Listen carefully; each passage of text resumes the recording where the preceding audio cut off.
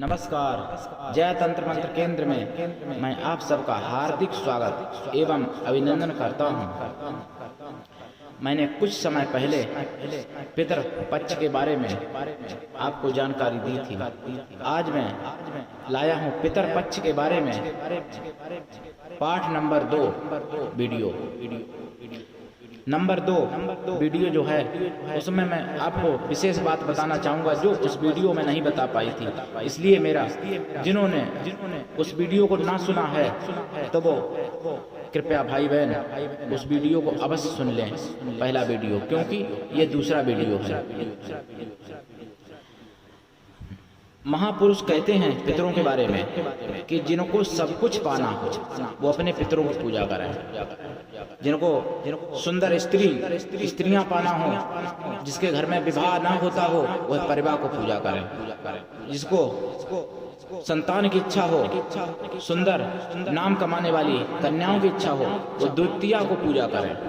इसी तरीके से पितृपक्ष में प्रतिपदा से लेकर के त्रयोदशी तक पितरों की श्राद्ध करने का विशेष महत्व है। और चतुर्दशी को श्राद्ध केवल उन लोगों का किया जाता है जो किसी अस्त्र शस्त्र से मारे गए या पर्वत से गिरे या आग लगा के मरे, ऐसे लोगों का श्राद्ध चतुर्दशी को होता है और किसी का नहीं।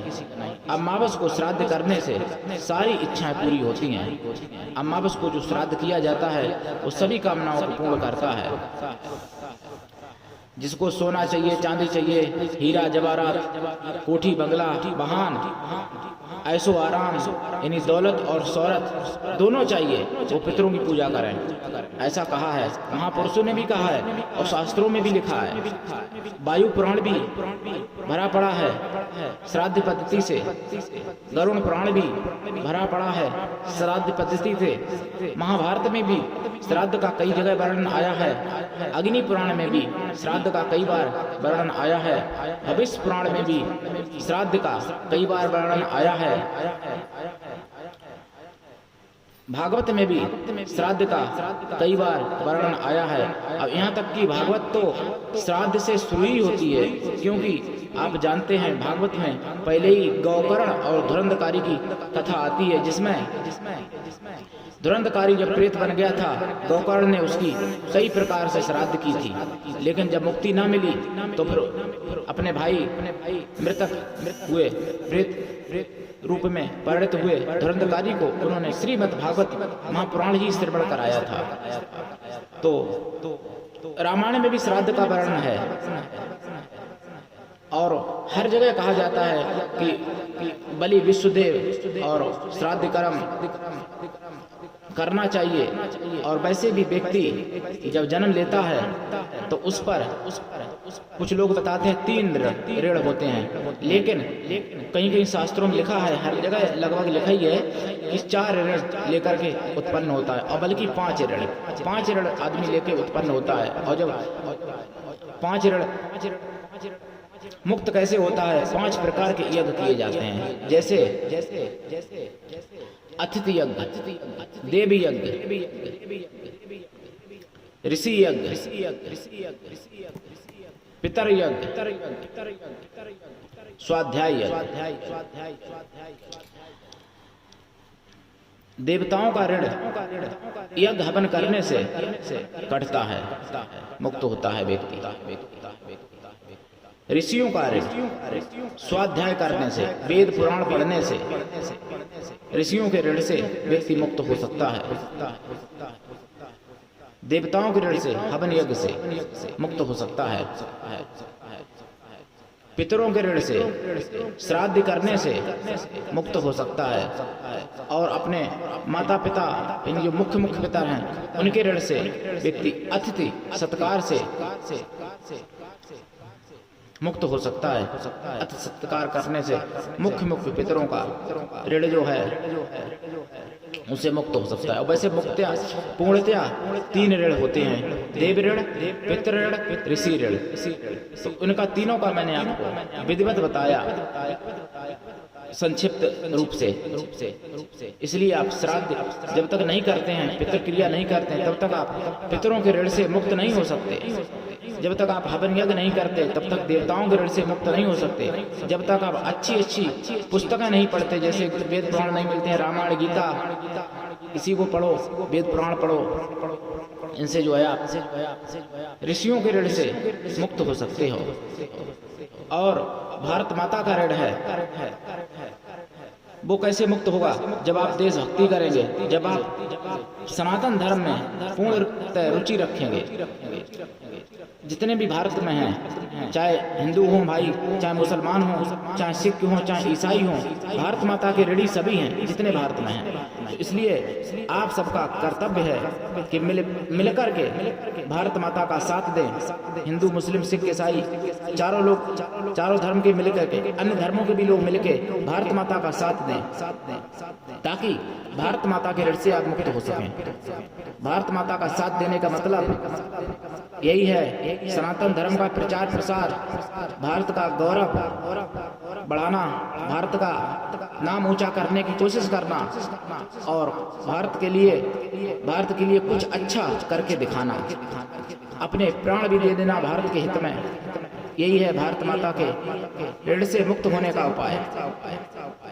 जब तक आप ऋण से मुक्त नहीं हो सकते, तब तक आपको ऐसे मान लो भगवान भी आपका भला नहीं कर सकता, कोई देवी देवता भला नहीं कर सकते। जब तक आप किसी दूसरे के ऋणी रहते हैं, तो जिसके आप ऋणी हैं वही आपका फल ले जाता है, चाहे आप पूजा पाठ कुछ भी करें। और दूसरी बात, पितर जिसको हम कहते हैं सनातन धर्म में, अन्य धर्मों में, सभी धर्मों में पूर्वज कहा जाता है और पितर भी कह सकते हो, लेकिन कुछ लोग जानकारी ना होने के कारण अन्य धर्मों को लोग पितर नहीं कहते हैं, बल्कि पितर और पूर्वज या बुजुर्ग, इनका सबका अर्थ एक ही है। तो इनको और सभी धर्म भी मानते हैं पितरों को, लेकिन अपने अपने धर्म के हिसाब से, अपने अपने मजहब के हिसाब से, तौर तरीके से लोग मानते हैं। ईसाई भी पूर्वजों के स्थान पर अगरबत्ती मोमबत्ती लगाते हैं। मुस्लिम भाई बहन भी अगरबत्ती लगाते हैं जहाँ पर उनके बुजुर्ग दफनाए गए। ऐसा मैंने कई जगह देखा है। सिख भी ये कार्य करते हैं। तो कहने का मतलब मेरा है कि पूर्वजों को, बुजुर्गों को, पितरों को सभी मानते हैं और मानना भी चाहिए। जिस धर्म में, जिस मजहब में जो तौर तरीका बताया गया है, उसके हिसाब से लोग मानते हैं। किंतु सनातन धर्म सब धर्मों की जड़ है, ये तो सभी धर्म जानते हैं। इसलिए मैं विशेषता सनातन धर्म की यहाँ रीति रिवाज के हिसाब से बताने की कुछ थोड़ी सी चेष्टा कर रहा हूँ, क्योंकि सनातन धर्म के हिसाब से पितरपक्ष आने वाला है।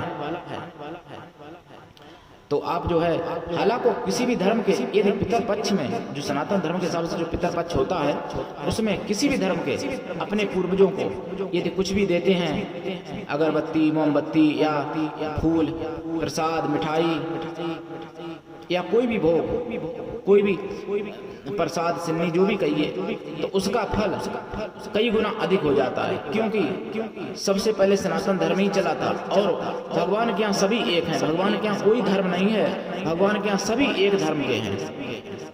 यहाँ पृथ्वी पर आकर के हमने, आपने, सबने धर्म अलग अलग बना लिए, जातियाँ अलग अलग बना ली, लेकिन भगवान के यहाँ सब एक जाति, एक धर्म के हैं। बस भगवान के यहाँ यही देखा जाता है कि किसने अच्छा काम किया और किसने बुरा काम किया। जिसने बुरा काम किया उसको नरक में या दोजक में डाल दिया जाता है, और जिसने अच्छा काम किया उसको स्वर्ग या जन्नत कहिए, वैकुंठ, ऐसी जगह भेजा जाता है। तो कहने का तात्पर्य मेरा यह है कि पितरों को सभी लोग मानते हैं और मानना भी चाहिए, और पितरों की कृपा जिसको मिल जाती है उसको देवी देवता भी चाह के भी कुछ नहीं बिगाड़ सकते, जिस पर पितरों की कृपा हो जाती है।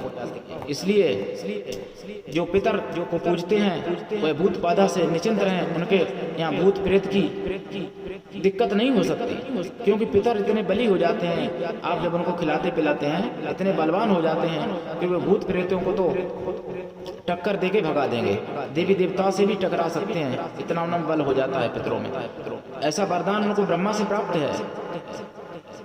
तो इसलिए आप पितरों की पूजा अवश्य करें, जो मैंने आपको पहले वीडियो में बताया है पितरों के निमित्त। और यदि आप कोई जानकार हैं या आप कुछ खर्च कर सकते हैं तो किसी ब्राह्मण से आप पितरदान, पितरों में जो है इन्हीं पितरों के लिए पिंडदान, या और जैसे श्राद्धें होती हैं जैसे नंदी मुख श्राद्ध, त्रिपिंडी या नारायण बलि, नाग बलि, इन सबको भी आप करवा सकते हैं। उसका पुण्य कई गुना अधिक बढ़ जाता है, कई गुना अधिक अच्छा पुण्य हो जाता है और उसका कभी क्षय नहीं हो सकता। यदि आपके घर में किसी व्यक्ति के सर्प काटने से मृत्यु हुई है, या आपके घर में सर्प अधिक निकलते हैं, या आपको सपने में सर्प अधिक दिखाई देते हैं, या आपको सर्पों से अधिक भय लगता है, तो आप नाग बलि अवश्य करवाएं। नाग बलि श्राद्ध तो बहुत विद्वान लोग कुछ होते हैं जो करना जानते हैं, करते भी हैं। और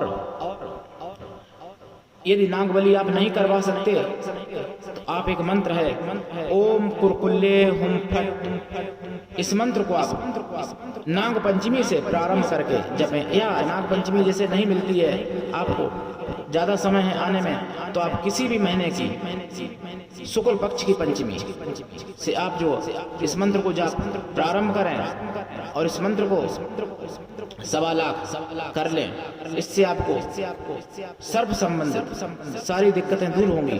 पितर क्रिया में आपको बता दूं, काक जो होते हैं कौआ, उनको भोजन कराया जाता है और कुत्तों को भी भोजन कराना चाहिए पितरों की श्राद्ध में, और पितरों की श्राद्ध में चींटियों को भी भोजन कराना चाहिए, और पितरों के निमित्त गाय को भोजन कराना चाहिए, गाय को और बैल को भोजन कराना चाहिए पितरों के निमित्त। इससे पितरों को परम शांति मिलती है, नरक में पड़े हुए पितर भी स्वर्ग में पहुंच जाते हैं, तब आपको बहुत बड़ा आशीर्वाद देते हैं। पितर इच्छा करते हैं, पितर मन में दुआ मनाते हैं पितर लोक में कि पता नहीं कब कोई ऐसा मेरे कुल में होगा जो मेरे निमित्त कुत्तों को, कौओं को, गाय को, चींटियों को भोजन कराएगा और उससे मेरी मुक्ति होगी। इसलिए व्यक्ति को बहुत से पुत्रों की इच्छा करनी चाहिए, क्योंकि ना जाने कौन सा पुत्र ऐसा अच्छा निकल जाए जो कि पितर क्रिया को करे। पितर क्रिया करने से 7 पीढ़ी उद्धार हो जाती हैं, और पितरों की क्रिया जो नहीं करता है उनकी हजारों पीढ़ियां नरक में पड़ी रहती हैं। पितर क्रिया करने से कुछ तो ऐसे ऐसे कार्य हैं जिसमें हजारों पीढ़ियों का उद्धार हो जाता है, जिनको हर व्यक्ति नहीं कर भी सकता। इसलिए हम आपको उनकी चर्चा नहीं सुनाएंगे। तो पितरों के लिए यदि आप चाहते हैं कोई मंत्र जपना, तो एक मंत्र होता है, वो भी आप पितर पक्ष में जप सकते हैं। मंत्र इस प्रकार है, ओम पितर देवाय विद्महे पितर राजाय धीमहि तन्नो पितरा प्रचोदयात्। इस तरीके से आप जो है पितरों के पितर गायत्री मंत्र का भी जप सकते हैं, या ओम आरिमा ओम इस मंत्र को जप सकते हैं पितर पक्ष में। इसका विशेष लाभ होता है। अरिमा जो है पितरों के राजा हैं, जब आप अरिमा को खुश करेंगे, अरिमा वैसे सूर्य देव का भी एक रूप है, तो अरिमा को जब आप खुश करेंगे तो आपके सभी पितर खुश होते हैं। तो आज के लिए इतना ही, धन्यवाद, राधे राधे।